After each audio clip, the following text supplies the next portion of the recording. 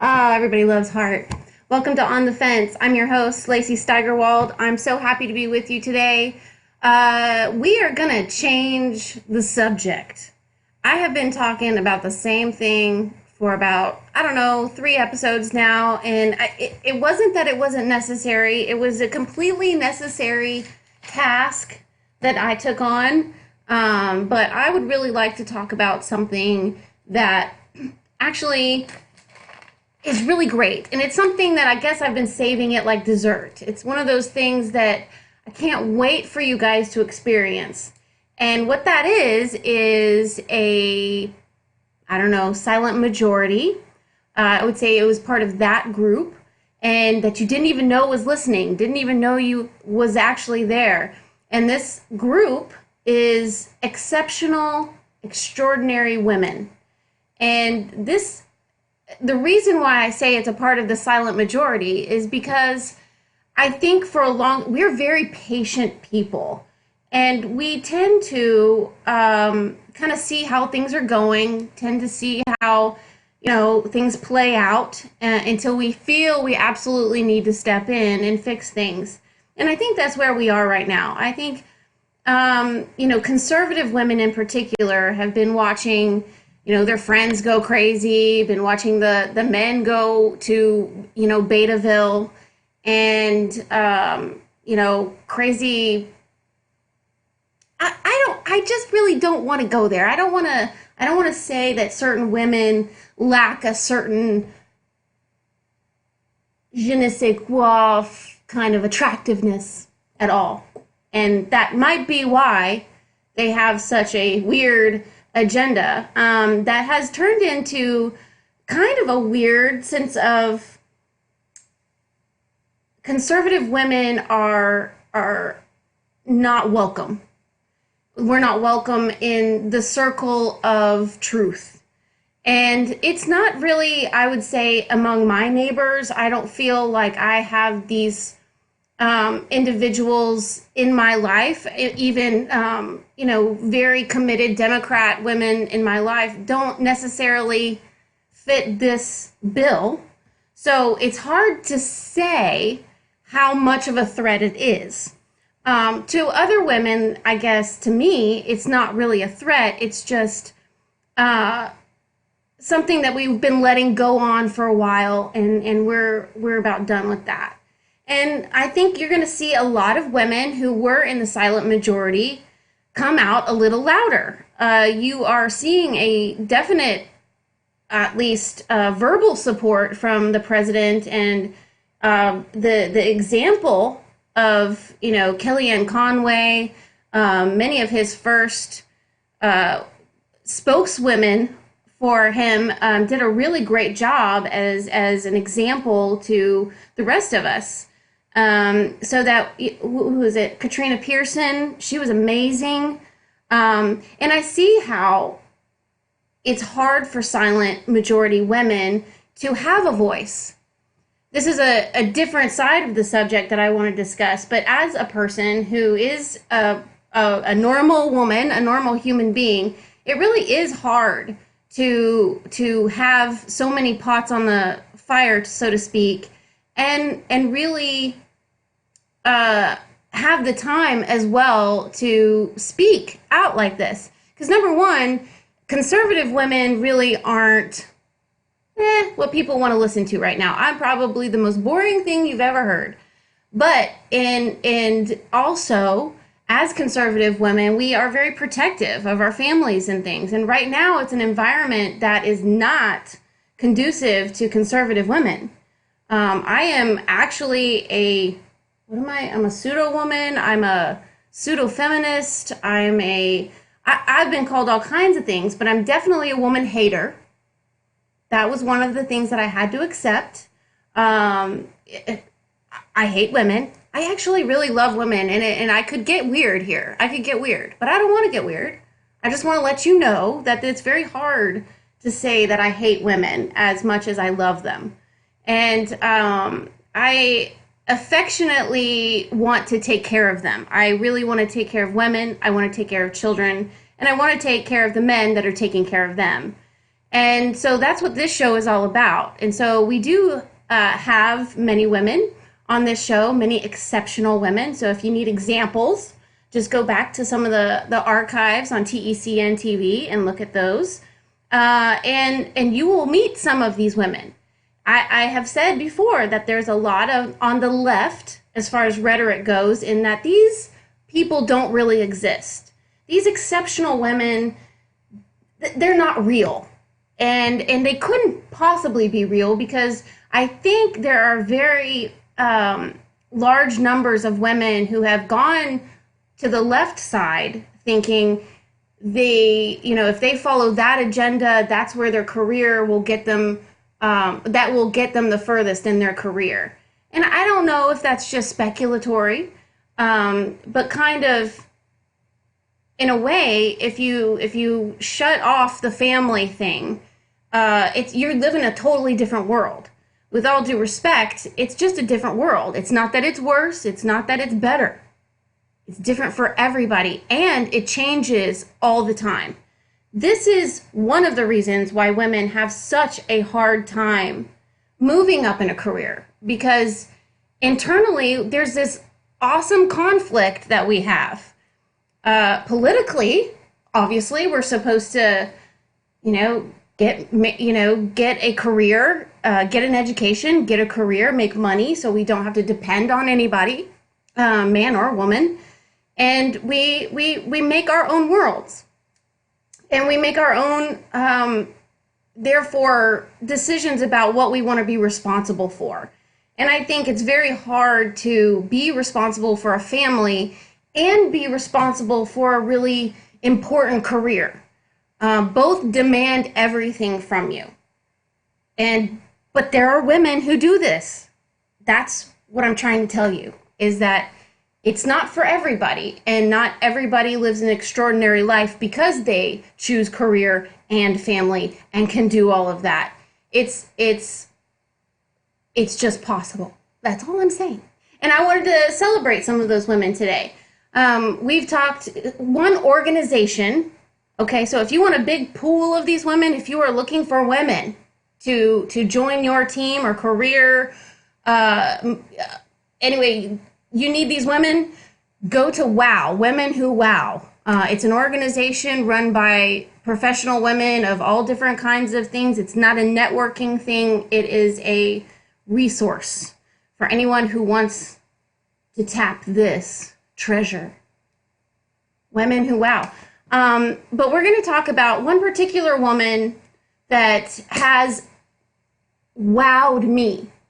And she's wowed a lot of people for a long time, and she wowed the conservative base and that silent majority, men and women, a really long time ago. And she was snuffed out by her own party. Does this sound familiar? Let me tell you. If you think that Donald Trump is the first person to come along that is outside the realm, that is not a career politician, not one who is studied in the curriculum of the Republican Party and therefore can think outside of that. Trump's not the first one. Trump's not the first one to have a rebellious, edge when talking to the media. But he is the first one to celebrate her. And really, and you could argue with me. You could argue it, but Lacey, but Raven, no, she was celebrated, and that's why she was nominated for the vice president in the campaign of John McCain. I'm talking about Sarah Palin. That's right. That's my girl. And to know what she's been through since then, I could only imagine how hard she's continued to work since the left wing and her own party tried to take her down. I know. I feel the same type of connection between the silent majority and Trump. I feel that happened during the Sarah Palin and McCain run. People were awestruck by her. And in the conservative party, we thought, this is what we want. This is what we want. This is the first, woman that we think, is real. She didn't ask for power. In fact, it was one of these things that was bestowed upon her. And if you ever talk to me about people who are really great leaders, it's those who wait for people to see their power and come along and say, you know what, I think you could do this, and they move on. People who have a career in politics, it's kind of messed up, isn't it? It kind of gets there. You always have that question, like, are they doing things because this is what they've been taught to do? This is their this is the curriculum of the Republican Party. And Sarah Palin broke all those molds, and people felt it. But it was such a small smidgen of time that I think people didn't have that time to build up that loyalty. And her own party brought her down. And you know what? I think it's because McCain, and I'm just speculating here, and I kind of went back on some of my words mentally, not verbally. I have to correct myself internally before I tell you about it, because I could be right. And the thing is that I don't think McCain ever thought he was ever going to win. I don't think the Republican Party ever thought they were going to win.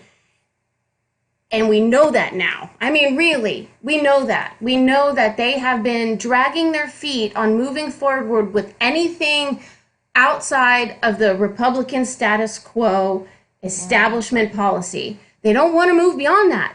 We clearly see it's not because they can't, it's because they don't want to. When it comes down to going 7 years saying that needs to be changed, everything needs to be in our favor, we're going to do this, we're going to change America, and you get the chance and you're like,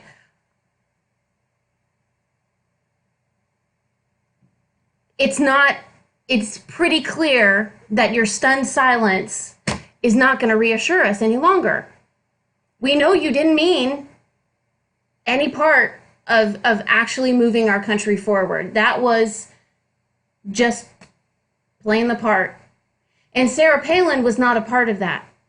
And she, like many people suspected, overnight turned into this scapegoat for, why maybe the Republican Party wasn't going to do so hot. They threw her under the bus by not supporting her, not coming out and saying, you know what, she is different. She doesn't know the curriculum of the Republican Party. She doesn't care what Bush's platform is. What the hell is that? My first instinct when I heard that question, and I watched that interview, and I didn't think anything of it, because my first instinct was like, why are we even talking about Bush's platform? He doesn't even know what that is. Okay, maybe he does, but he's memorized it. It's not his platform. It's not a platform that really needs to go forward.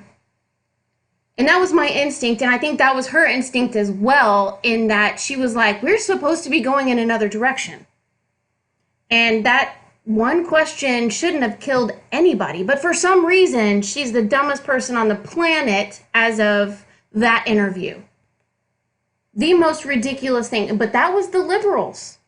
That was the left-wing media attacking her, and then the establishment not giving a damn. And the reason is, I dropped my pen. No, that's not the reason. I'm going to go to a commercial break, and then we'll have some fun, and we're going to talk about Sarah a little bit more, and what a bad A she is, and why you should continue to support her, and just do that.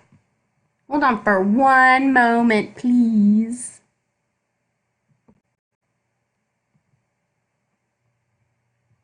Oh my gosh, you know what? We're not going to do that. I'm going to show you a video, and then I'm going to do something else.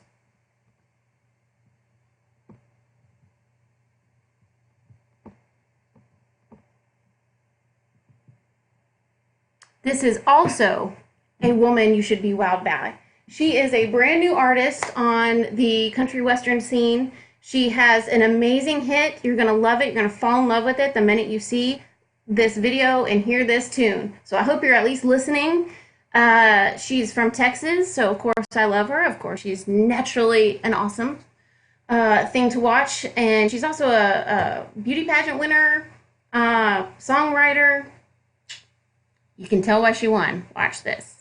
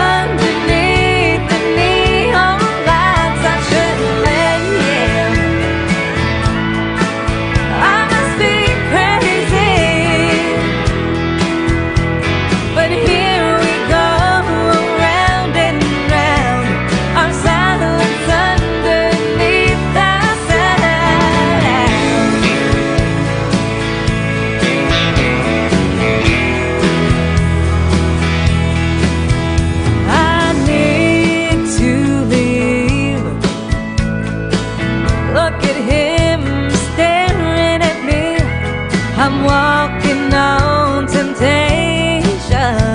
streets. I know his thoughts. They're saying, come back to me, and I can't help but get lost. He only lets me on the dance floor. He must be crazy, holding on to me so tight underneath the neon lights. I shouldn't let him. I must be crazy, but here we go, round and round. Our silence underneath the sound.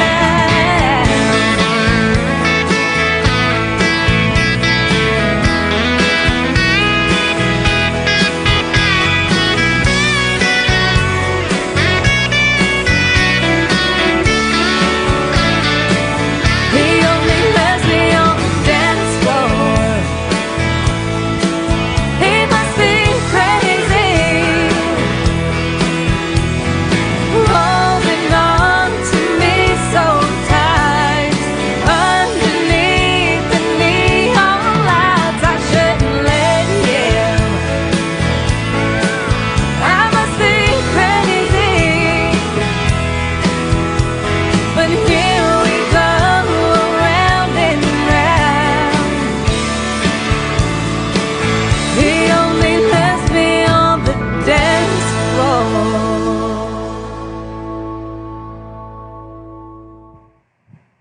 Wasn't that awesome? You loved it, didn't you? I loved it. I like it. I instantly love it. I already know all the words. I just heard it yesterday. We are going to have her on the show. That's right. Her name is Madeline Victoria. You can look her up online. She's just a fabulous artist. I'm sure she has other hits, but that's my favorite.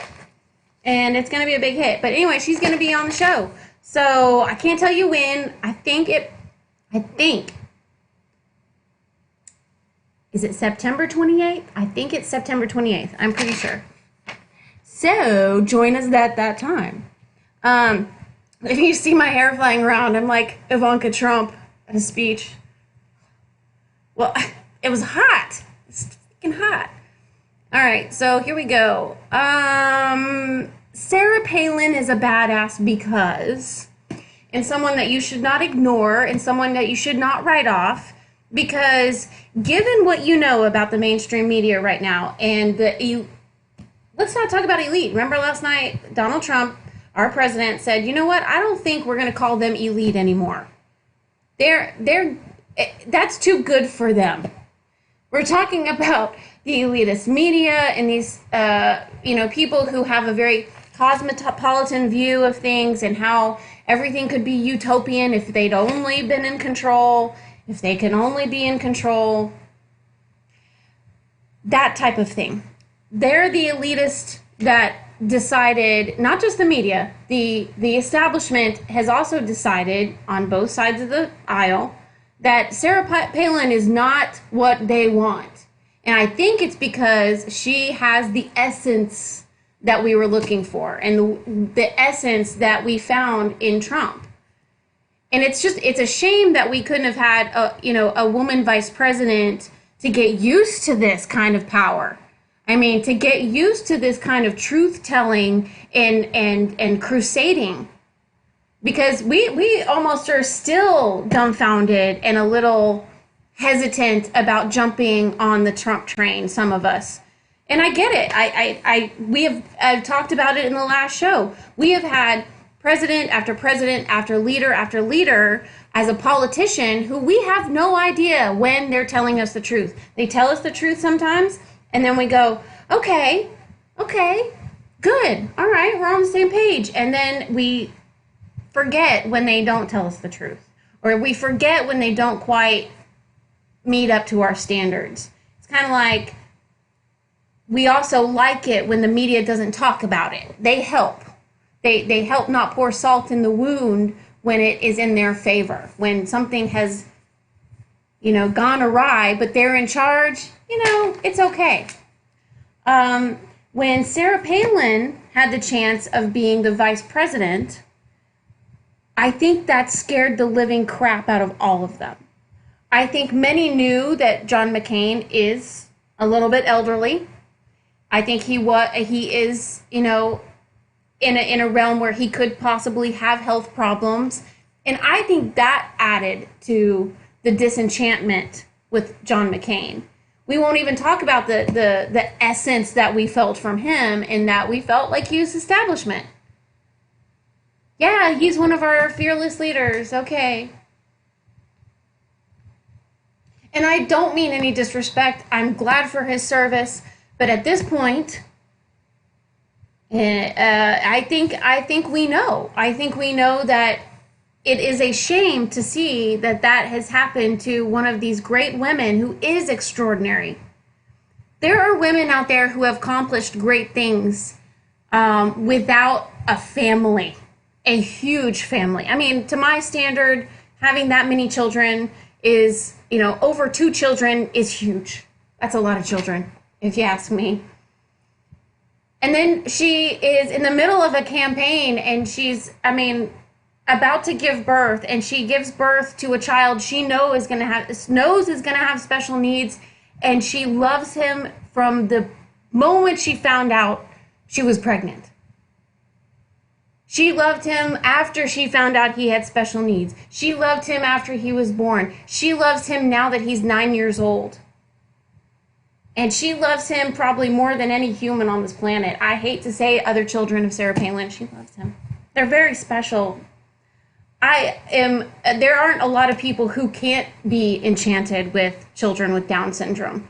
I think they're more human than human. And they have an extra chromosome. That's not why, but that's kind of the deal with Down syndrome, and why they have so many of these extraordinary features.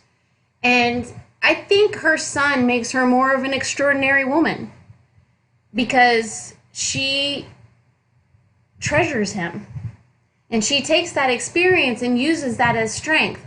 And that is a lifesaver, because she has, in the last few years of not being in the favor of any press. Fox News put her on. Hannity was a very big fan, is a big fan. And he continues to bring her on because she is a truth speaker. And so don't count her out. Don't let what they have been continuously doing to President Trump, let that be her end. I would really love for you to come out in more support for Sarah Palin, because she is a leader of truth, and she is still fighting and a fiery one at that.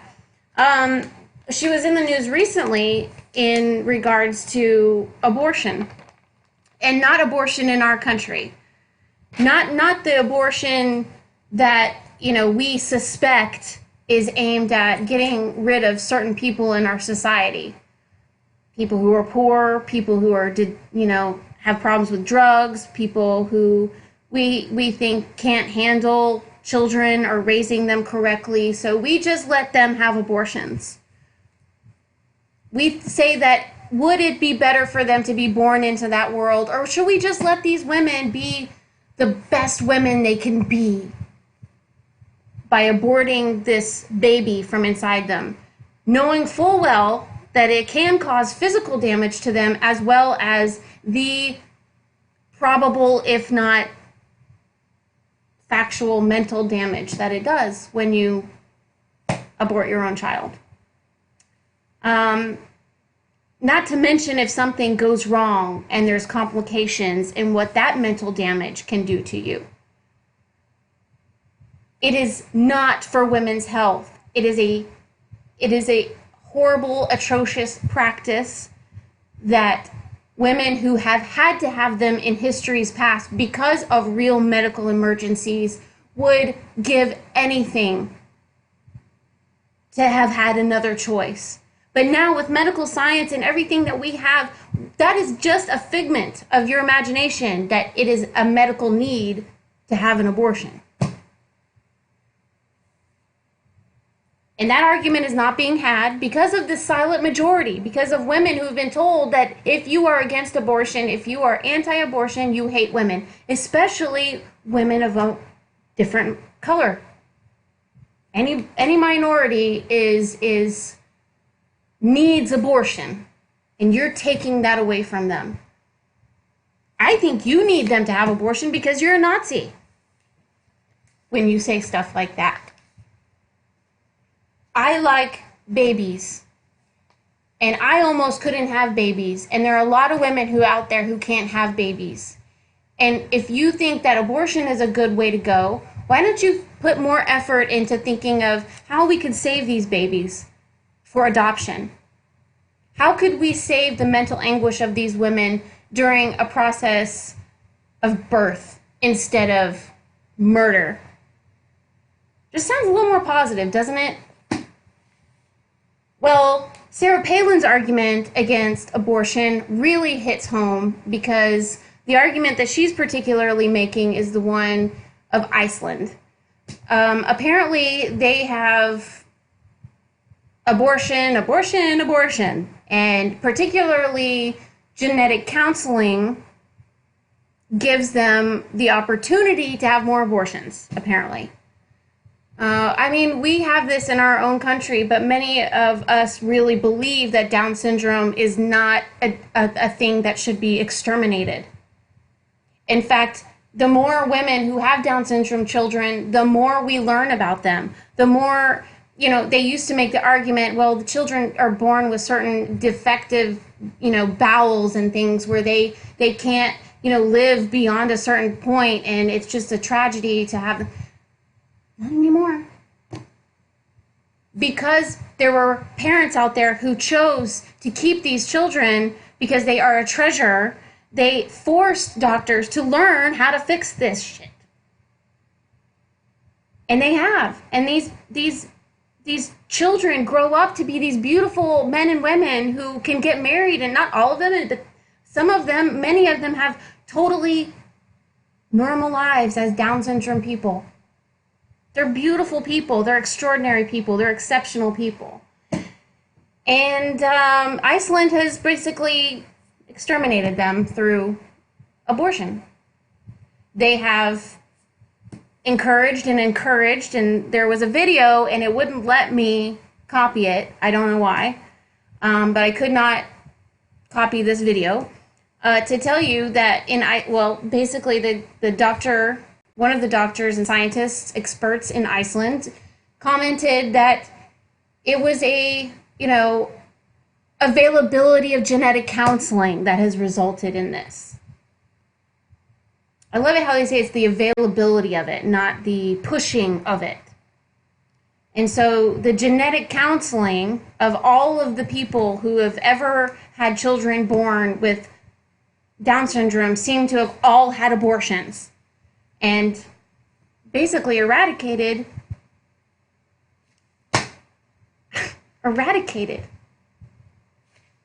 It's a form of genocide.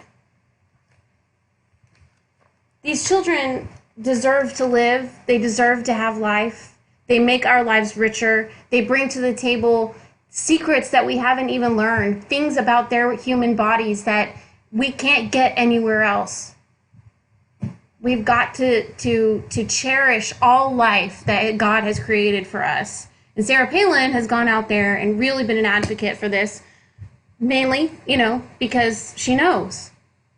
She knows the truth. And she's not going to let these other people and these other societies be an example for the United States.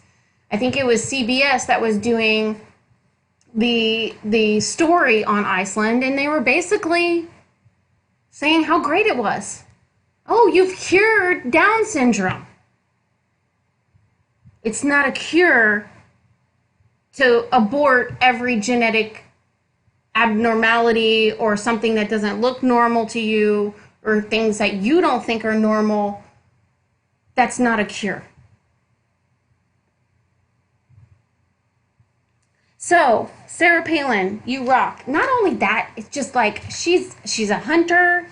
She can take down things that she needs to take down. She was given a chance to be a leader. She didn't ask for it. In fact, they said, you need to come and help us with our school. Our kids are just going off the deep end. This is Alaska. We should be better than this, and we can't be. Can you help us? And she started out in the PTA. All an inspiration for you guys who are starting school right now and being asked to join the PTA. Maybe you should join the PTA.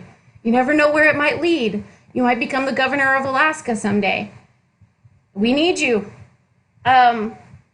So she becomes the governor of Alaska. I can't imagine having a family with just the two that I have and being governor. And not really, asking for it.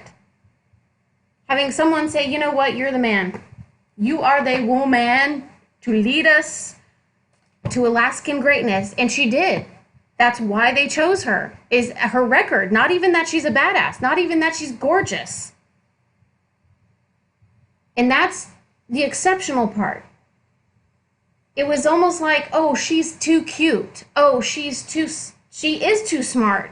You don't get to be, I don't care. If you're, the PTA alone in my neighborhood is like, you got to be like a member of Mensa to be the leader of the PTA. I can't even compete with those women and men.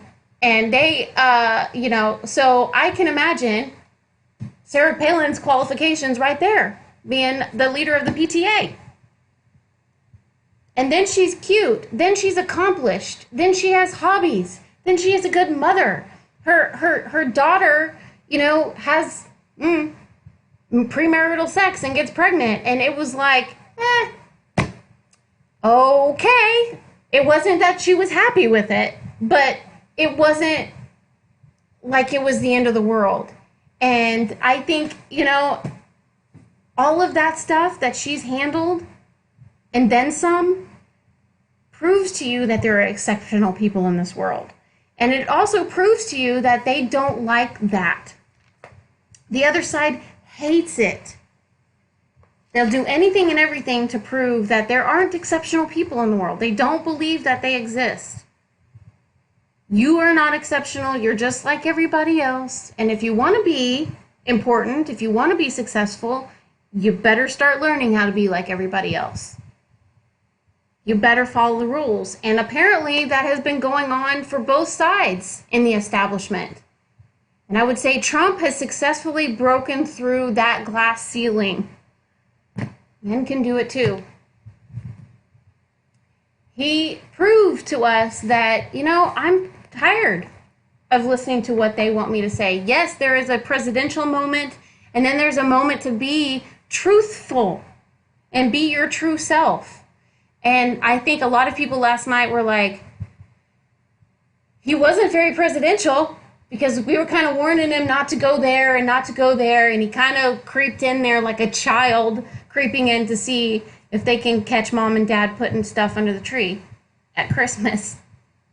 That's what I felt like he was doing last night. He was kind of like, I'm not going to say anything, but I know you're not Santa Claus. He was saying things that really kind of let us see his spirit again. And when those rallies come around, you always, really get a little bit more of his spirit. And he gets our spirit. That's why he goes. It's so that he can be reinforced and re-energized with us. Where does the energy come from? Can you just tell me that?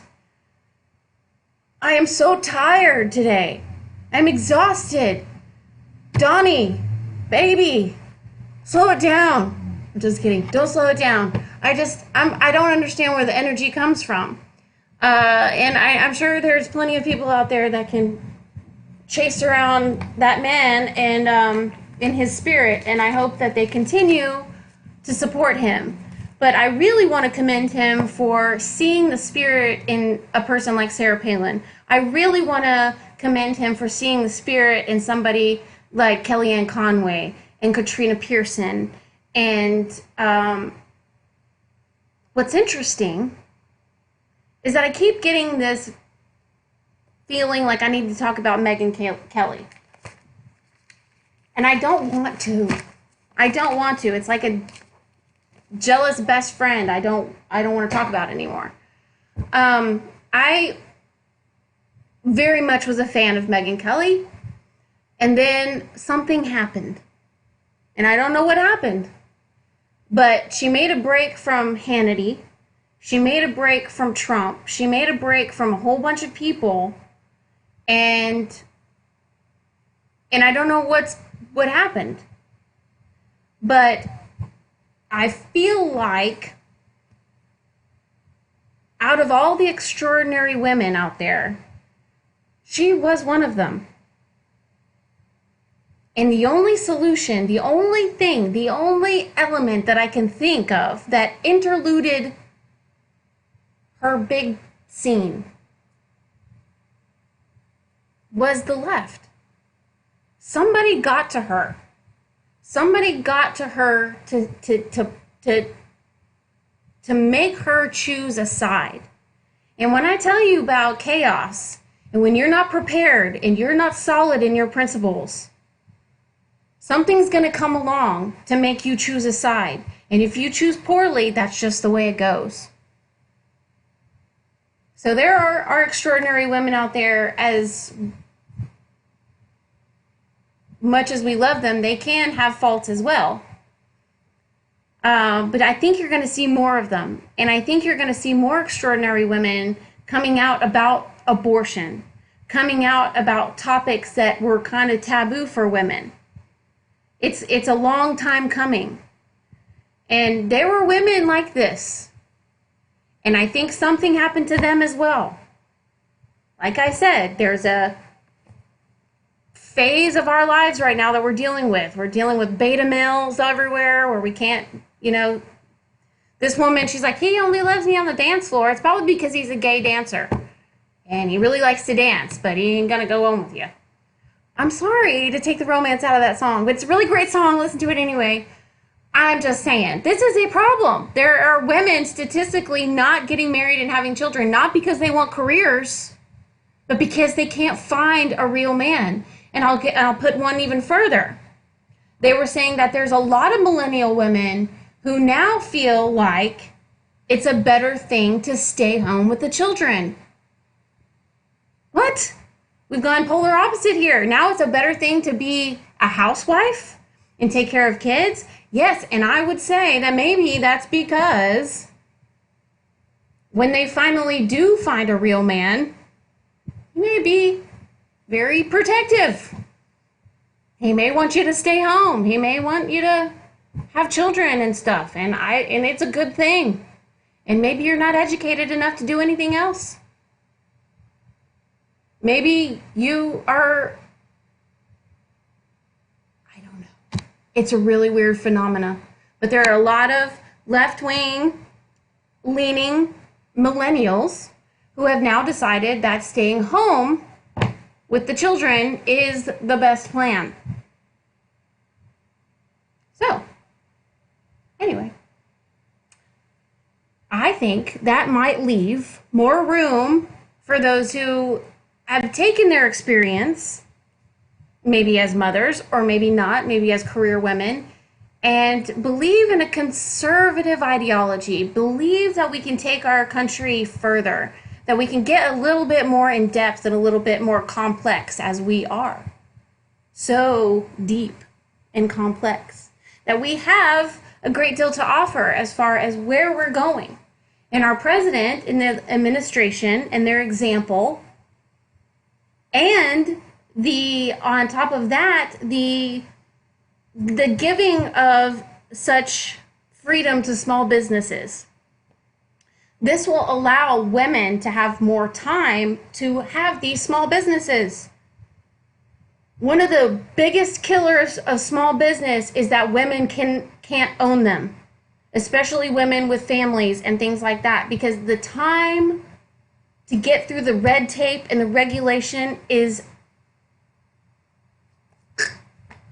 totally strangulating small business in general, making it harder for extraordinary women to even do that.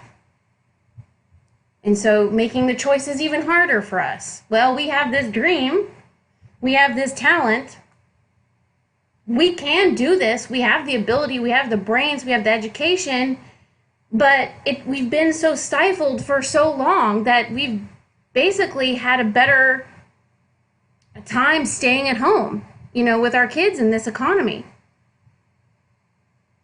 Maybe millennials can't get a job and they just have babies. You see what I'm saying? Is that now that the regulations are starting to shed off of these small businesses, the women are really taking the reins. They're really going crazy at that. And my next door neighbor owns her own deal, and I don't even know how she does it. I have no idea. She is amazing, and she's always working all the time, always looks beautiful, and even when she says she's not. And she has crazy kids just like me. And I don't really mean crazy. They're just normal kids that are needing everything all the time and need to be driven places and need to be fed and stuff. And they fall down and you got to take them to the doctor. I mean, it's crazy. Responsibility. And it's almost like a business is a piece of cake. Naked and Afraid is a piece of cake. I mean, I can scrounge up some grubs and stuff. I mean, every time we go to the park and we forget our picnic basket, that's what we do. I'm a survivor. I ain't gonna give up. All right, I'm just saying women really are pulling this from somewhere.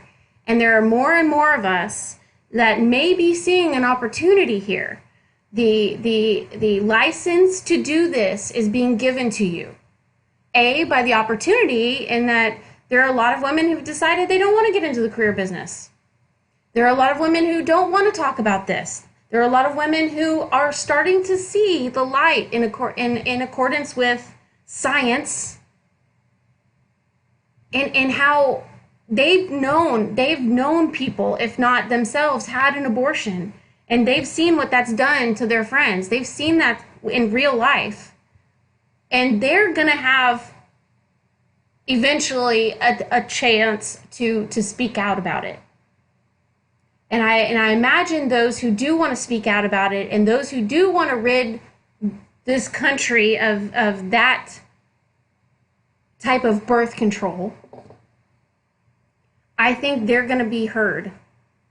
And I think those who normally would be on the side of these other people will now have a side to choose.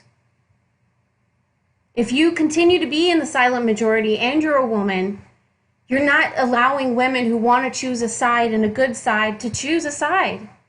In all this chaos, it seems like there's only one way to go. You can either be called a pseudo-woman or a pseudo-feminist like me, or you could say, I wouldn't do, this is what they've been allowed to say. If you want to join our side, you are allowed to say it's okay that you don't want to do it, but you can't say that other people shouldn't do it. It's the deferment of responsibility. You can do it. I wouldn't do it. I think it's atrocious to sell babies' body parts from Planned Parenthood, and I shouldn't support anything like that or be anywhere near it. But you can. That's their license to you. That's the license that they've given everybody. And a lot of people have taken it because they don't think there's another side that'll back them up. But the silent majority of these strong, exceptional women is coming out. And they are even coming out of the millennial sector. There are a lot of women who are very disenchanted with the thought of not getting a job and being, one or the other, and they don't want to settle for any of that. They want to do something extraordinary. They want to talk out against what the internet would have you believe in regards to what a kid should be like in America, what a woman should be like in America.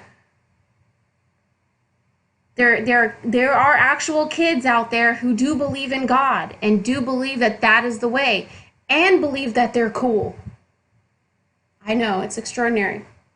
And they're coming out. You haven't seen them very well because you are persecuted when you do come out like this. You are in danger. And that, again, is against our very nature as mothers. When we're in danger, our kids are in danger. And that is not acceptable. And sometimes you have no choice but to be silent for your family. I showed you that North Korea video of that young woman who was talking about the quote in North Korea is, "Women are weak, but mothers are strong." Weird how that applies. I'm going to show you now. I know what I want to show you. Remember what I was telling you about Poppy?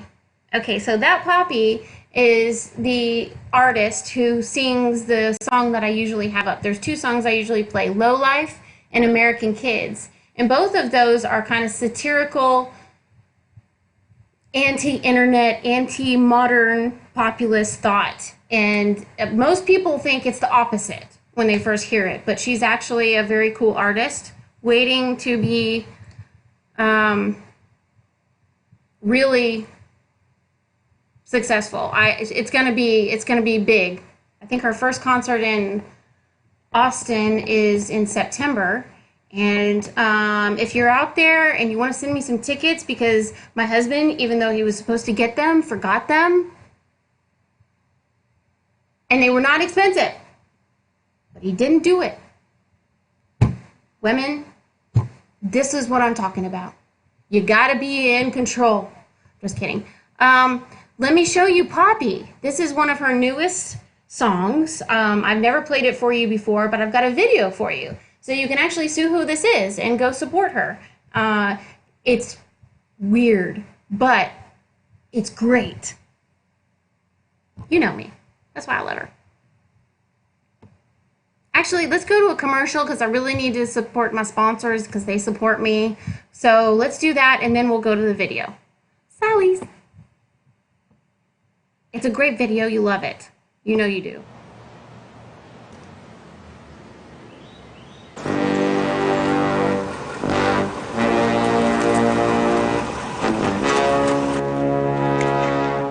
What the devil are you doing in the street dressed like that? Sheriff, I'm the kilted realtor. I'm here to sell this house. You know, Scottish, kilt. Oh, yes, I get it. Like Braveheart. Just like Braveheart. Yes, sir. Whatever works, Sheriff. So tell me now, how exactly do you sell a house dressed like that? Well, Sheriff, my name is Corey McDonald, and we Scots are known for a hard work ethic and that we can be trusted. Oof, that gives me an idea. Do you think that you could help me get my young son Junior in a house? Well, Sheriff, I'd be proud to find Junior a house and walk him through step by step.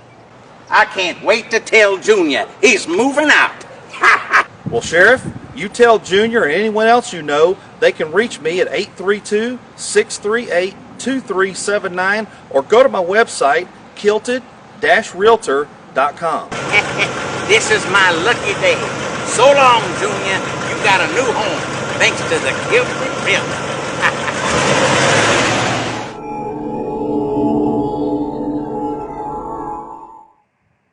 Okay, we're back. Well, we're almost out of time for the first hour of the show, and we'll go into it in the next hour, and I'll show you a video of Poppy, and you will be enchanted at the very least. And you can go on YouTube and find Poppy and all her weirdness. She does these little snippet videos where she's talking about something, and you kind of have to figure out what she's talking about. And I'm pretty sure that you could put anything in there and it worked for you. You gotta go see it. I like to talk about ethos, and there's certain artists out there that really make a difference. And this is a part of that silent majority you're gonna start seeing. And this just happens to fit because she's a woman and she fits in. And anyway, that's the end of this hour of the show. Join us in about 5 minutes, and we'll start the next show, On the Fence, with Lacey Steigerwald. Join us anytime. And you can email me at theravenmessage7@gmail.com. All right? I'll be right back.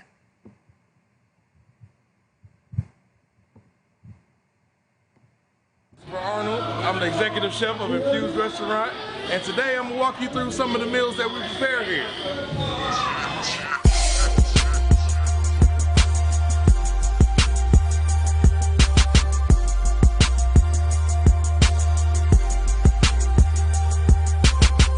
We're making a pizza. We use fresh Italian sausage that we cook here and slice it up.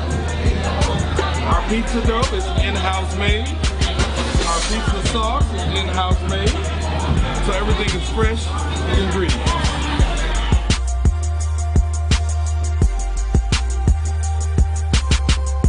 Alright, this is our Thai curry chicken. The sauce is made with coconut milk and the Thai red curry. It is juicy chicken thighs as well as some mixed vegetables, served with jasmine rice and pita bread. So now we're going to prepare our famous blackened tilapia and grits, our fish and grits on the menu.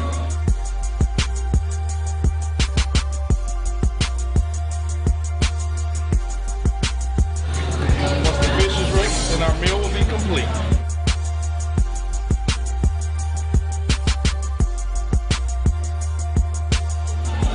Let me tell you about our infused heat burgers, where we kick the spice up just a little bit with our infused sauce. We start off with 80/20 USDA ground chuck ham patty burgers, nice half a pound of burger, and we're gonna grill it to perfection. After I flip the burger, we add the sauce and let it cook on into the meat just a little bit.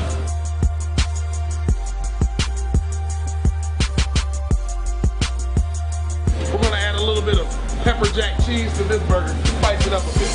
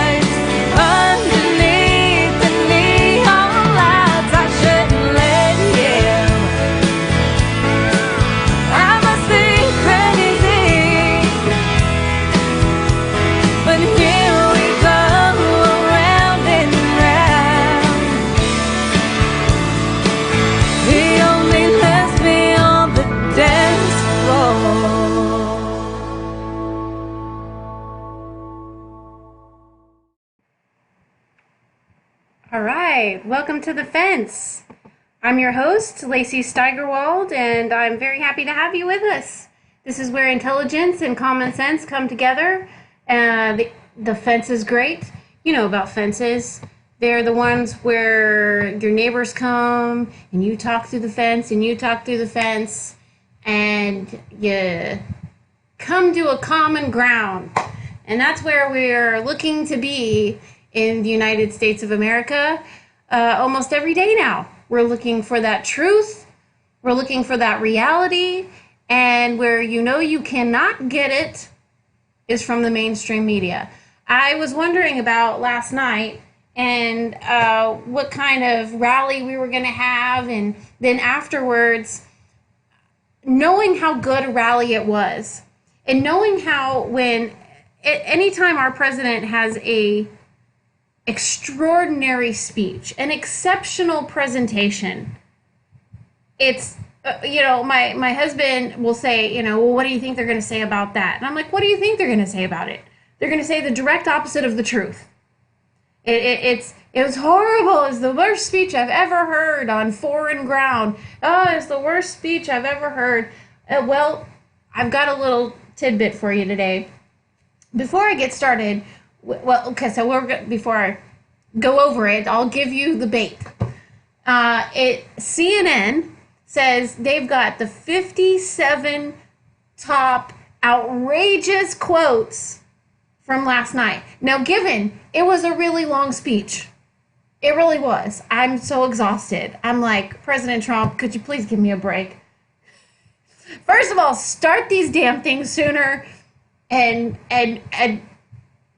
he just keeps going. He has so much to say, and let me tell you, I know my people are like, how do you get 2 hours worth of material? How do you talk for 2 hours? And this is why I'm so thankful when I have a guest. But when you are repressed, when you have a silent majority issue, if you're one of those people, you get the chance to vent, and you do. I've heard people at the grocery store. I heard a young man yesterday checking out people, and he was talking to the woman in front of me, an older woman, and the discussion was something about the distance difference between CNN and Fox News. And the young man, who I thought for sure, was probably not into politics. Because he's so young, he was totally for Fox News. And he's like, oh, I can't believe that CNN and da-da-da-da-da-da. He's like, all I know is that we haven't been attacked by any terrorists.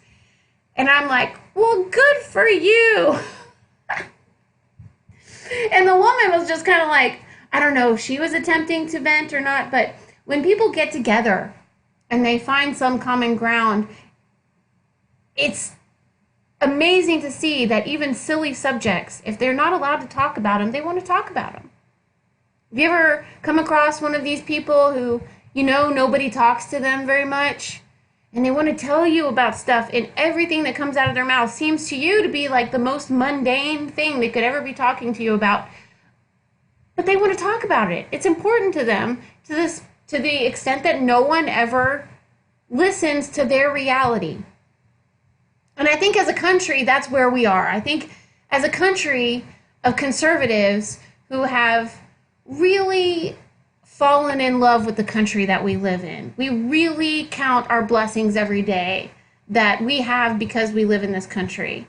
One of the other clips that I want to show you is actually a quote, a clip from Morgan Freeman, one of my daughter's favorite actors. And he's got a show called Through the Wormhole. And you would assume that it's all about kind of secular ideas, but it's not necessarily. In fact, it's just a lot of question asking about the universe and things like that. And this one particular time, he's doing an interview with CNN, I believe. And so we'll show you that clip as well.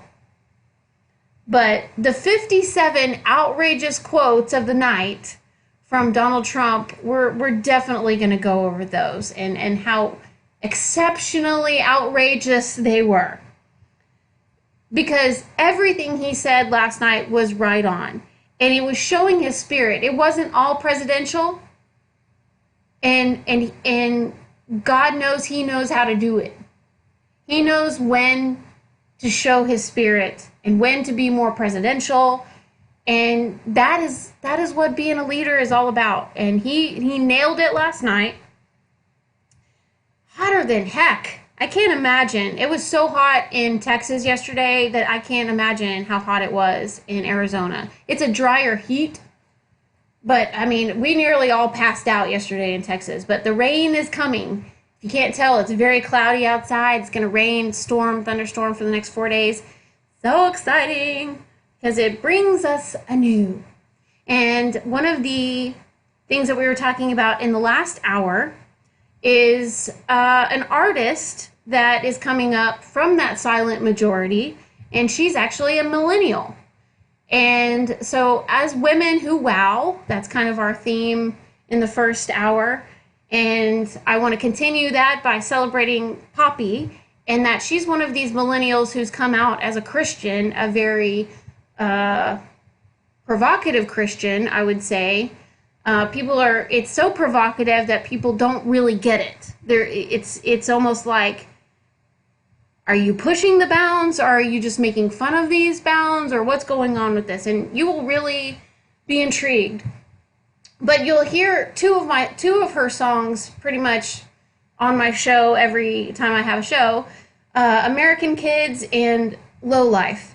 Well, this is a new song, and you will know that this is it's all of her songs have something to do with kind of a satirical perspective of the internet and our obsession with being online and kind of manufacturing our worlds around us to our own detriment.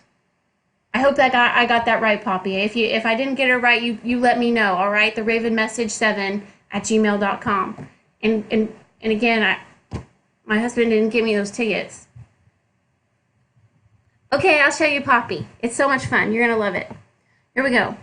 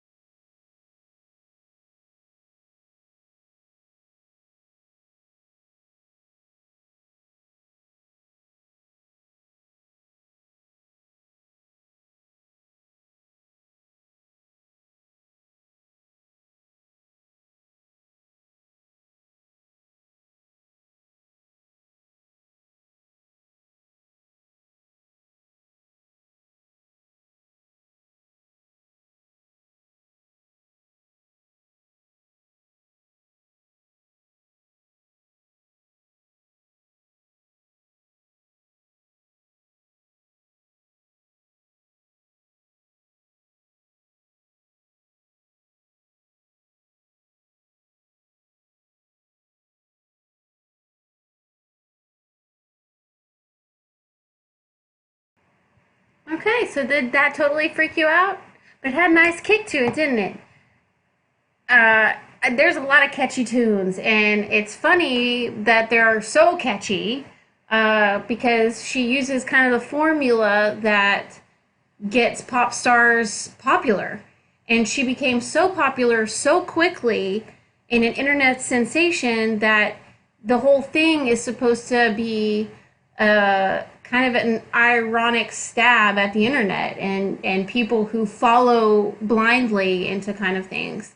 And she kind of just asks you questions about what this, thing is that you do every day when you just obsess over Facebook or you obsess over the internet. And here I am showing you my show on the internet, so I hope you're obsessed. For good reason, as long as you listen to truth.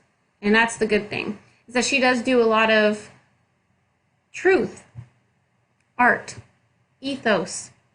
It's all in there. There's the plain truth, the kind of stuff that our president speaks. Sometimes it has messages between the lines, but for the most part, it's truth. And it's not necessarily a great thing for him because you've got a whole bunch of people who don't like that. It's like holy water. And so they change it in any way they can. And so last night when President Trump is doing his speech, the big question is, so what are they going to come up with? When he spends, I guess, 30 minutes, I don't know how long he spent. I mean, it was a really long time. Basically reading out everything he had said. And see, this is why I said you need to just watch him. If you get the opportunity to watch him do a speech from the Oval Office or a rally, and you can get like Fox Business to show you the whole rally. Last night, Fox News, regular channel, showed us the whole thing. But usually they won't. And so sometimes I have to go to Fox News to get more of the speech. But anytime you can get the speech in the entirety, just do it. Because they lie about everything he says. They will take a little piece of it that, they can show you, and then the rest of it they lie about. And so our president, unprecedentedly, that's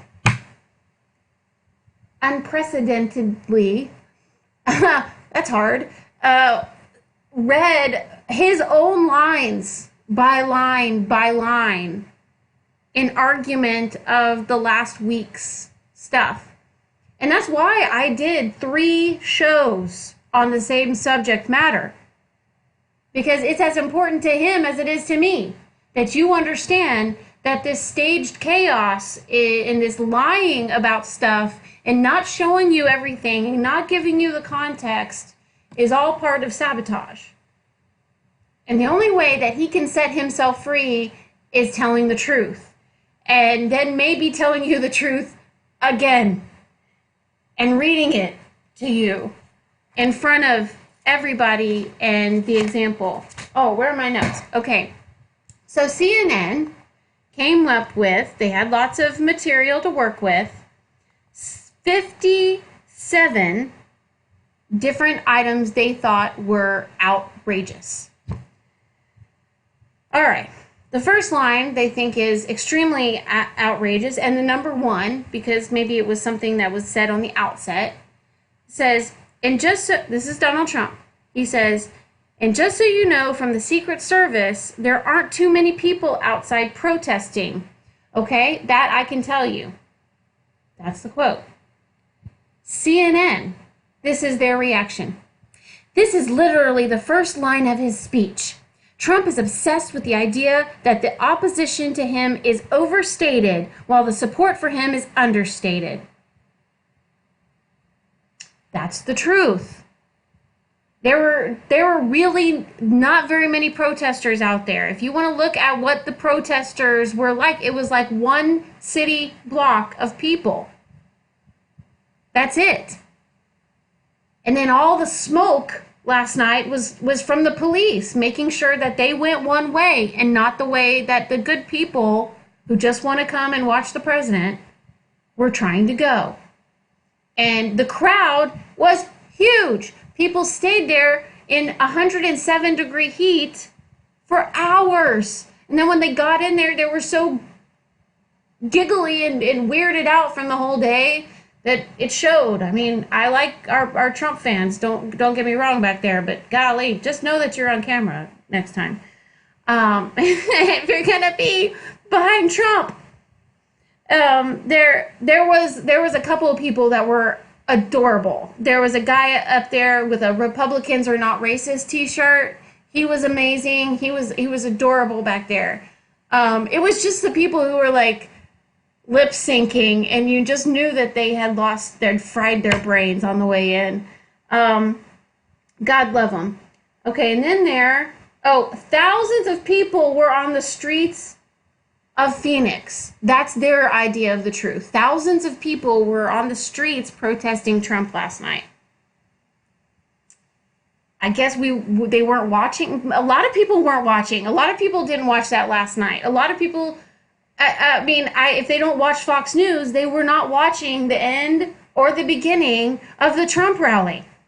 So they can lie to you like this. They can literally say that the thousands of people on the streets of Phoenix, Arizona last night, thousands, were the protesters against Trump.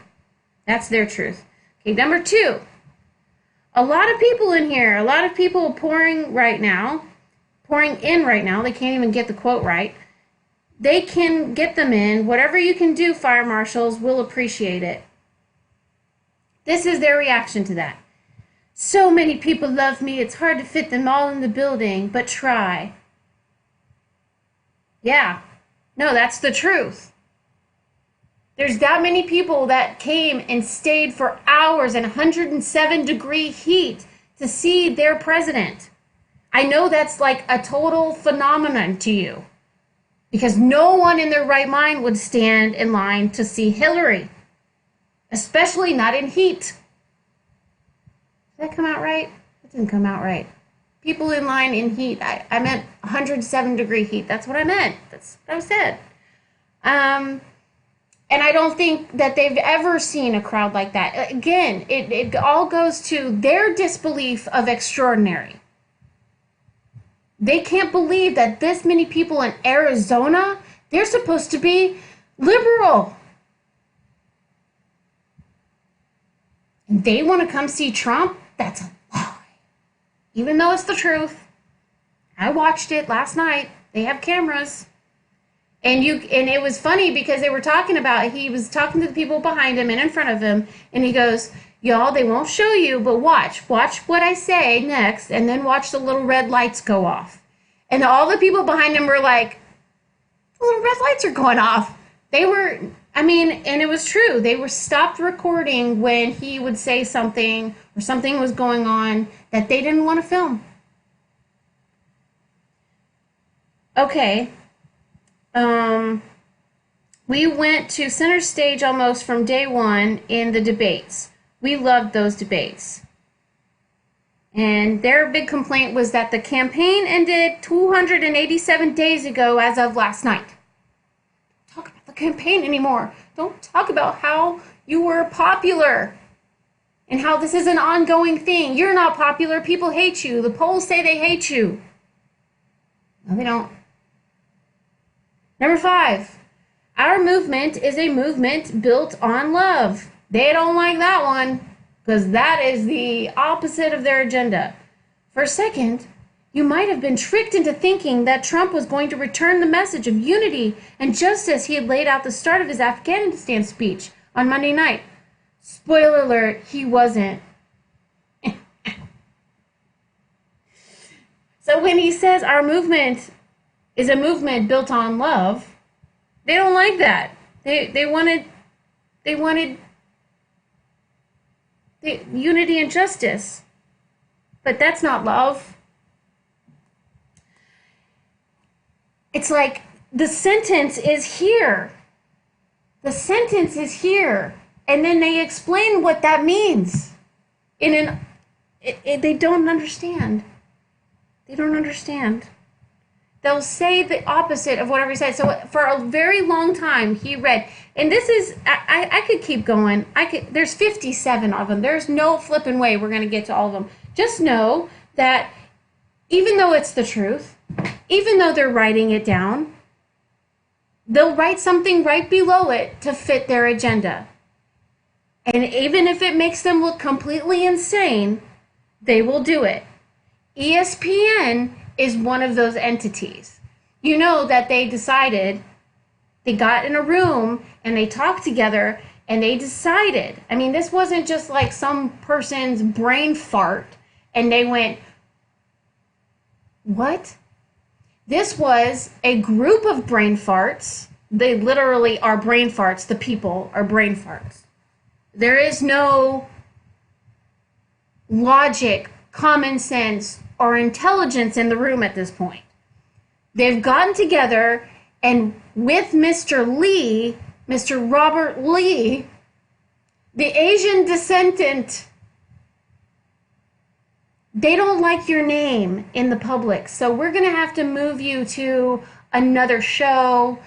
Sorry about your job and your reputation and everything. We just think it's an ugly name. It's just so ugly. We just can't, we don't want other people to see what we see, okay? I don't think they want to see Robert Lee. It's so vicious. It's a vicious name you got there, dude. Robert, Bob, such an uncommon evil name. And then Lee, again, such an uncommon evil name. How could it be that we could be in the same room with someone? There's probably, I don't know, any given day that you're in a room with someone named Robert Lee, I would go to your phone book right now and look up, you might have a neighbor named Robert Lee. You might have to go take down the statues in his house. Because that makes as much sense as moving a man who is named Robert Lee because you think it's going to offend someone. People in United States that are normal thinking human beings just went, what? Like, what planet do we live on? These people have gone too far. And it's like they own it. And so it's very sad to see them defending this agenda, even though it doesn't make real sense and it doesn't do them any favors. I'm going to go to commercial, and then when we get back, I'm going to show you the clip of Morgan Freeman, not the show. I'm going to show you a clip of him doing an interview with a CNN interviewer or CBS. I will validate that. And show you how they don't care who they're talking to. When it goes against what they have been taught as an authority in the mainstream media, that they have the moral compass, that they are even willing to question whoever they're talking to, regardless of that person's proven moral capacity and their intelligence and what they're there to talk to you about as an expert. I've seen it happen. I've seen them do this in regards to climate change. Talking to the former founder, the founder of the Weather Channel, and the reporter, the anchor, trying to tell him he didn't know what he was talking about, because that's his job as a mainstream media reporter. They own it. They own that religion, and it's to their own defeat. And what I've been telling you on show after show after show is that the media is doing this to themselves. It used to be like, well, if you don't know what you're talking about, you just listen. Well, now they don't do that. They interject. They interrupt. They can't stop putting their foot in their mouth, lying, doing whatever they can to make themselves right. And that is not what a journalist is about. You talk to an expert because they're the experts. They're usually the one that is right. And you can have an intelligent conversation without having to be right. To inform without having to be right. But these people, they want to be right. I don't have that problem because usually I am right. I'm just kidding. I'm usually very, very wrong. I'm just retarded in the head. Don't listen to me. Here we go. We are going to go to a commercial. And we are going to come back with, again, conservative views from unusual sources, perspectives that you didn't even think might be conservative. But you're going to see a lot of that coming up. Coming out on their own, strong women like Sarah Palin are going to make a resurgence for the benefit of special needs children, for women everywhere. The president is giving license to all of us to tell the truth and to be honest with ourselves and be the best that we can be. And he's giving license to all of that. And he's also giving license to the military. One of those other things I was right about, I said that he needs to give the military back their pride. He needs to give them back what they've earned.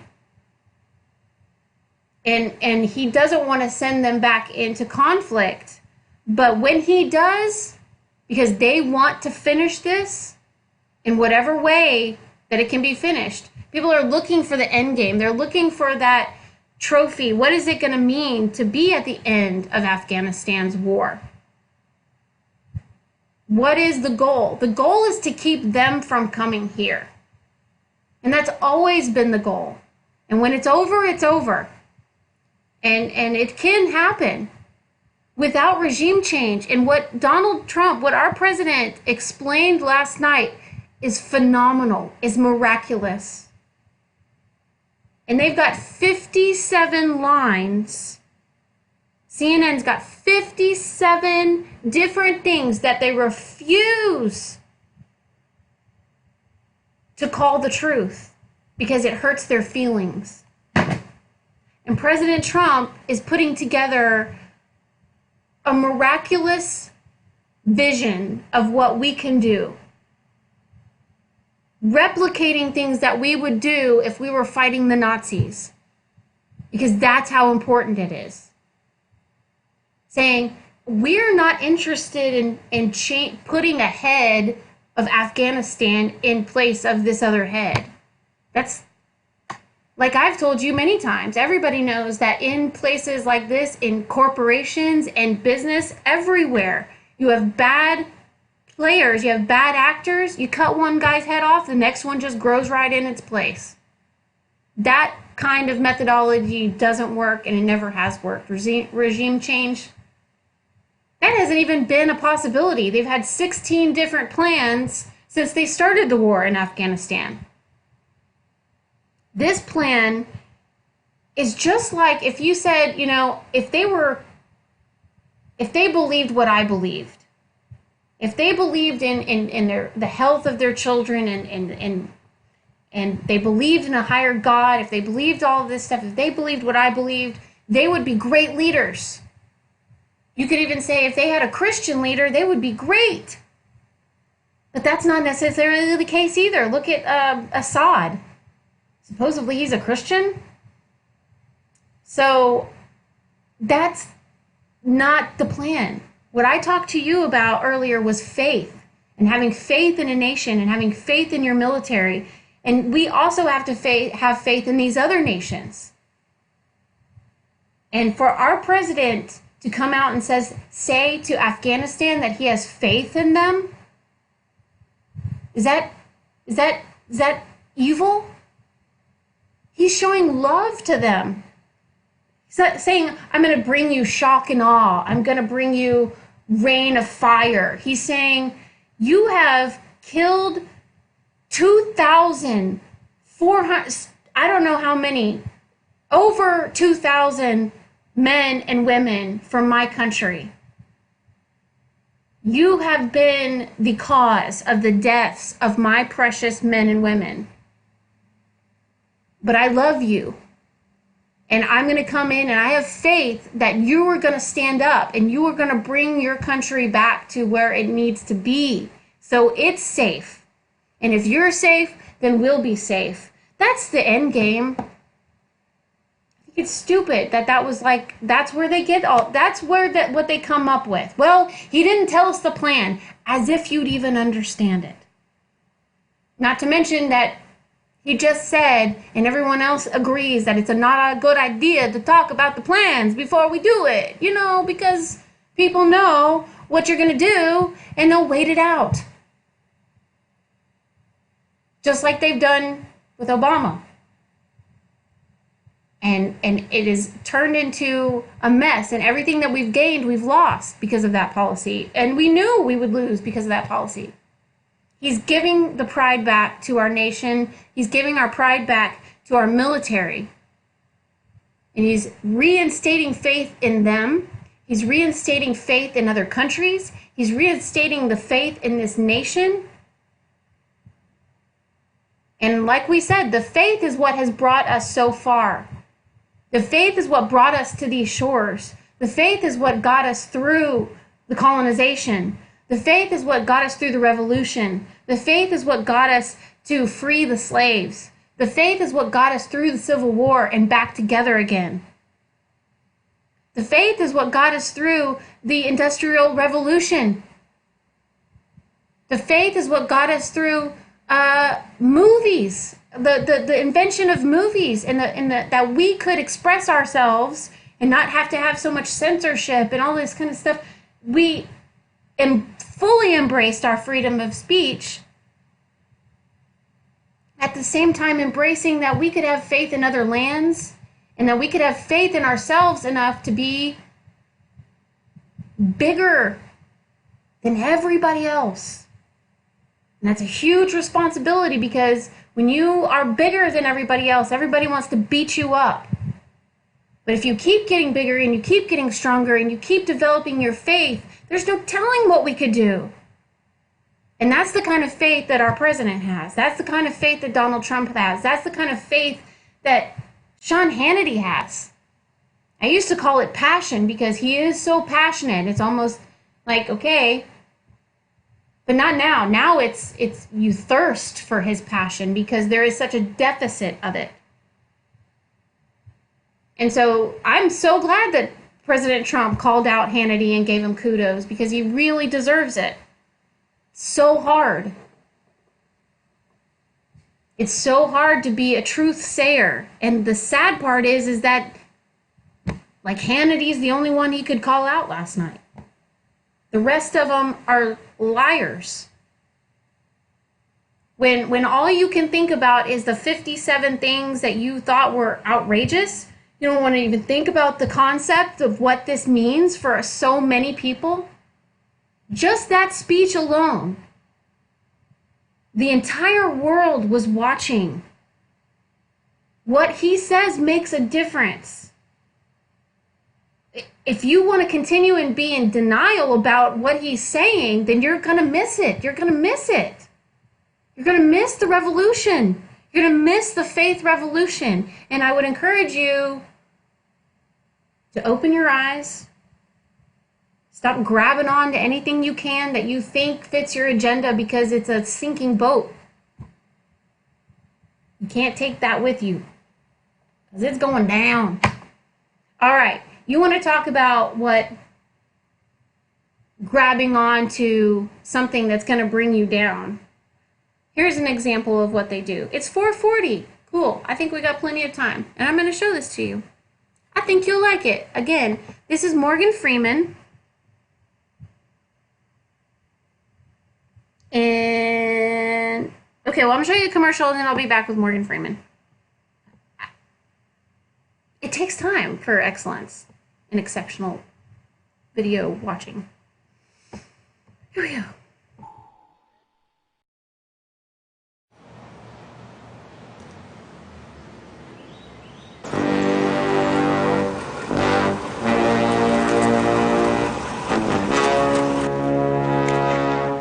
What the devil are you doing in the street dressed like that?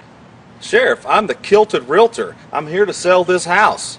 You know, Scottish, kilt. Oh, yes, I get it. Like Braveheart. Just like Braveheart. Yes, sir. Whatever works, Sheriff. So tell me now, how exactly do you sell a house dressed like that? Well, Sheriff, my name is Corey McDonald, and we Scots are known for a hard work ethic and that we can be trusted. Oof, that gives me an idea. Do you think that you could help me get my young son Junior in a house? Well, Sheriff, I'd be proud to find Junior a house and walk him through step by step. I can't wait to tell Junior he's moving out. Well, Sheriff, you tell Junior and anyone else you know they can reach me at 832-638-2379 or go to my website, kilted-realtor.com. This is my lucky day. So long, Junior. You got a new home thanks to the Kilted Realtor.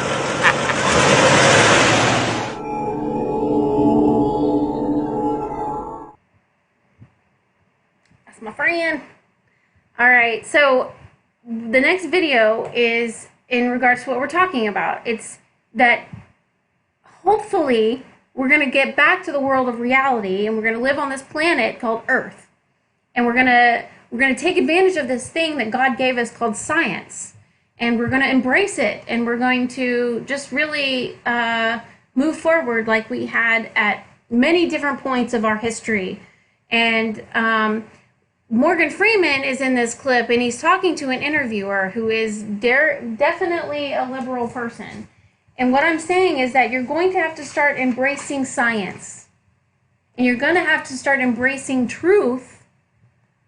And even if it doesn't fit in your agenda, because appreciating culture, appreciating our differences in culture, appreciating it instead of dividing it, instead of dividing us based on it, use it to appreciate and to understand that it makes us richer and that it can make us better. And then appreciating our country, most of all, is also a truth. That America is an exceptional country and that a lot of rules don't apply when you live in this country. There's all kinds of things that apply to desperation, to survival of the fittest, to poverty, to classism. All kinds of crazy stuff, depending on where you live, applies. And when you move to America, all those rules get thrown out of the window. And when people are safe, and their families are secure, and they have prosperity, and they have the freedom of speech, they are good to go. Our country can thrive. Our country is going to do things that we never imagined. Women are truly going to become the leaders that we've always searched for, that we've always pretended were out there. And when I say pretended, I mean, when you say that, oh, I'm the first woman to be this, I'm the first woman to be that, I'm the first woman to do that, I want to be the first woman to do this. It's a little bit weird to me, because you should just be the first human being to do that. You should want to do it not because you're a woman, but because you want to do it. That's true feminism. So we talked about, where did our women go? But I wanted to make sure that, okay, I think it's CNN. We're going to talk about truth with Morgan Freeman, despite the agenda of the liberal journalist trying to, and I say journalist, the liberal anchor, trying to make him fit in his agenda. And Morgan Freeman is just not having anything of it. He's telling this guy the truth, and he's telling him to own it instead of what he owns.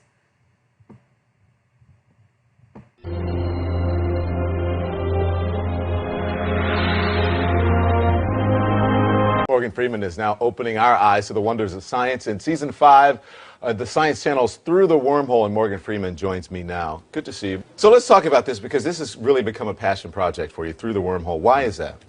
Well, it's number one, it's my company, Revelations Entertainment. We come up with it, we produce it, and it's caught on for some reason or other.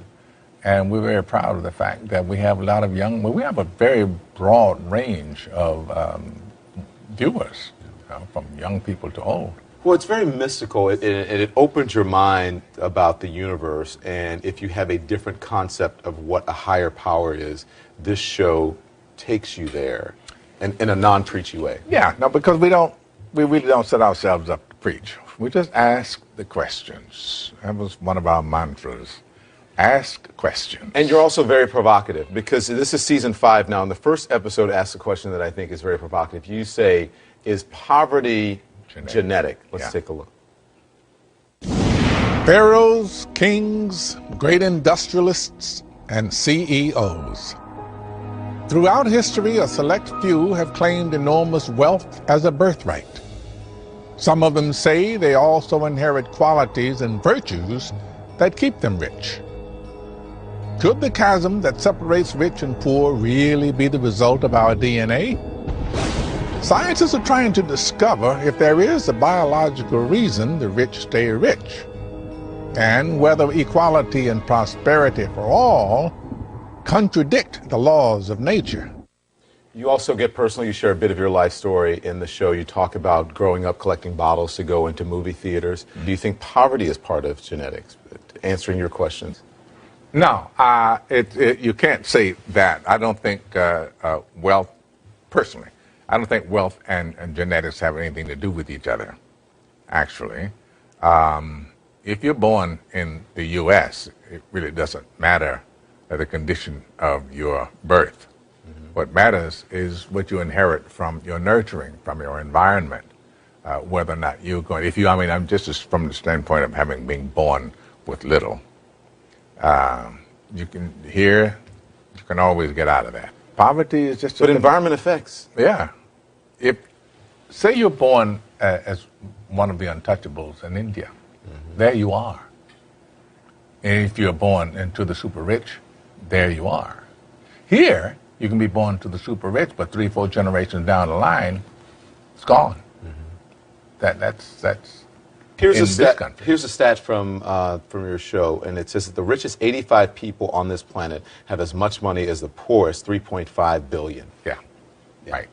That's on the planet, however. That's... It's not far off in America. No, it isn't far off in America, but we still here don't abandon the idea that it isn't finite. Yeah. It isn't finite if you were born... Where were you born? Me? Yeah. Baton Rouge, Louisiana. Baton Rouge General Hospital. Baton Rouge. There you go. Louisiana. I was born in Memphis, Tennessee. I had a long haul from where I came from to here, but here we are. Right. So the proof of the pudding is in the eating, and here we sit at the dining table. But it's hard to, when you say that to some people, because they say, oh, there you go with a pull yourself up by the bootstraps thing, and, you're just being respectable. Not everybody can do that. Well, everybody can. Everybody doesn't. Courage is the key to life itself. There are a lot of people who are born in situations where they say, well, I'll never get out of this. So they won't. I say to people who say, well, I would like to have done so and so and so. So, well, you could have done it. So, well, I couldn't get out of here. Man, the bus runs every day. You're exactly right. Yeah. If you can conceive it in your mind. If you can think of it, you can do it. That's the human condition. If we can imagine it, we can do it. Right. And I think that's the condition of each individual human. Right.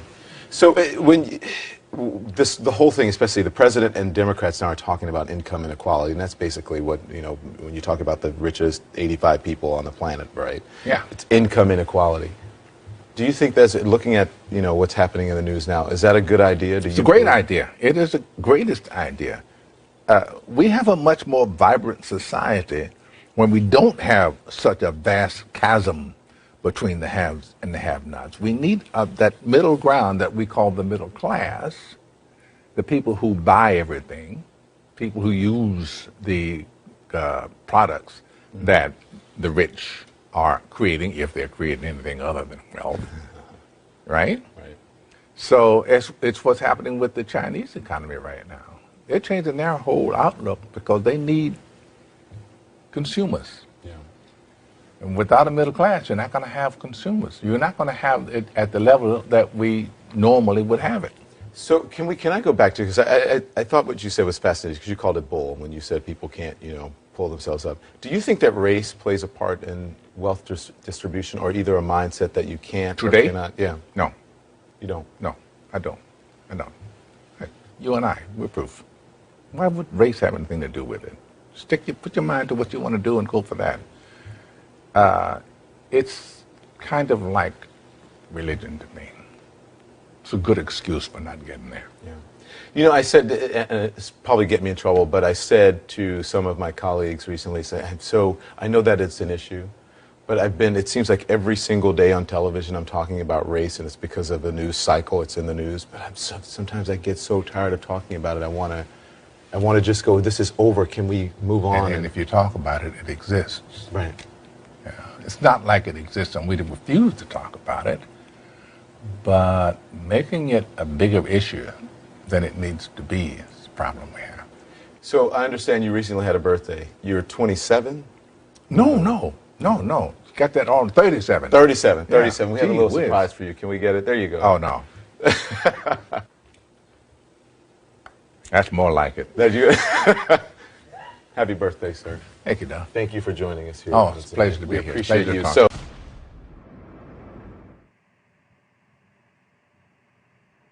Did you like that? Yeah. So that's the conversion. It can happen. That young man was by the end of that conversation with the expert, he understood that he was being told the truth because he knew it in his heart. He knew that was the truth. And he couldn't wait for someone to come along and give him that license to say, I've been doing something wrong. He said, I feel like every day I come up here and I talk about race, and I really don't feel like it's that big of a deal. Yeah, because you weren't a victim of it, but yet you're saying that no matter what color you are, as long as it is a minority, you are at a disadvantage to everybody else, and therefore you should be mad at the Republicans. It's a false narrative, and even the players know it's a script. They've been almost conditioned to the point where they believe it. You say it enough times, you believe it. You've been told that's your career, this is what you have to say. They believe it because actually it's kind of like being a method actor. It's you got to internalize it to sell it. And that's what they've been doing. They've been internalizing all of this for so long that they can't even break out of it. And this young man talking to the Morgan Freeman, there's not very many people on this planet that can speak truth in that way and in that manner and in such a caring way. Did you see how he didn't chastise this young guy? He said, just think about it, and he let him ask the questions. And he gave him the answers that were truth. And because he was who he was, it melted that ice. And he said, you know what? At the end, he was like reaching out to him. You saw his body language reach out to Morgan Freeman, like, you're an authority, you can save me. Like, you're the one that's saying that everything that I believe in my heart is true, and I'm not allowed to say that here on CNN. And he even prepped it by saying, I'm probably going to get in trouble. I would let you know if he got in trouble, because if I knew, but I don't. I really don't care. I do care that this is a on video proof of people who have it in their hearts to understand the truth. And they want to be set free. This young man, this young anchor wanted to be set free. Now, I'm not saying that he's not going to go right back into it the next day. It's like a habit, especially if they pay you what they pay you. And give you what they give you over there. I don't know what they give you to keep you saying this, but you know, if it's your career and you feel like you've got a future at CNN, that's your price. That's the price you have to pay. You have to lie. You have to own an agenda and a narrative that is not your true beliefs. It's not your principles. Not the reality that you know and were born with and raised with. And it takes a person like Morgan Freeman to come along and reset all that. It takes a president like President Donald Trump to come along and reset all this. And before him, people have failed. Exceptional people have failed because of their disbelief in the exceptional. Their equivocation of it being a superiority complex. It's not. It's a way to do things. And it's an understanding that what can happen when you believe in the extraordinary, when you appreciate the extraordinary, and you believe that it existed at one point to get us to where we are today, when you embrace that, there's no telling where we can go. Morgan Freeman said it. This video was shot in 2014. This video was shot while President Obama was in charge. If you didn't get that, you might be listening and you don't know what president he was talking about during that time. He was talking, those two folks were talking about President Obama in 2014. So you have them expressing the same sentiment. Morgan Freeman and our president, Donald Trump, that back in 2014, President Trump last night, that if we embrace and cherish and secure these basic freedoms that I've been talking about forever and secure this middle class, the tiller that moves this whole country around, we repair all of that, we are going to do some extraordinary things with all of our cultures and minds and backgrounds and wonderful, wonderful things. I hear my husband coming home and telling my children about, you know, an inventor he met or a scientist that he works with, or something like this. And my kids will ask where he's from, and it's usually from somewhere else. I mean, my president's boss is from Senegal. His people he works with, a lot of them are from India and Pakistan and Germany and France. And when we all get together in the business realm, like we have been doing, whether people want to acknowledge it or not, we've been getting along together as different cultures and different colors and monetary backgrounds. And we come together and we build something, and it's extraordinary. And we've been doing it with what we have. In the military, have been doing what they have, and they've been putting planes that have been built in the 60s back together like Frankenstein and flying them and crashing them because it's their job. They have no choice. It's our job to be who we are in the middle class. We have no choice. We get along together. We're not racist. We love each other. We have no choice. But the press wants to ignore that. The mainstream media wants you to believe that we are divided, that we are destroyed because of this president, when it is the exact opposite. And there are 57 examples in one article of how they can take the truth and right underneath it say the same thing and say it means something different, even when it's 4 English plain words like I love this America. He means a sarcastic view.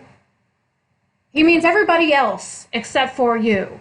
He means white America. He didn't say that, but they'll write that right underneath it, won't they? So when you know that they say the opposite of the truth whenever they can, whenever, just know, you know now. Just like this young man talking to Morgan Freeman. He knew. And all of a sudden it was like, adopt me. Take me into your show. I will work for you. You see that? Like, escape. I want to escape from this prison that CNN has me in this propaganda nightmare. So I love you. It's 5:01. I gotta go. The Raven is out. Email me at theravenmessage7@gmail.com. Take care.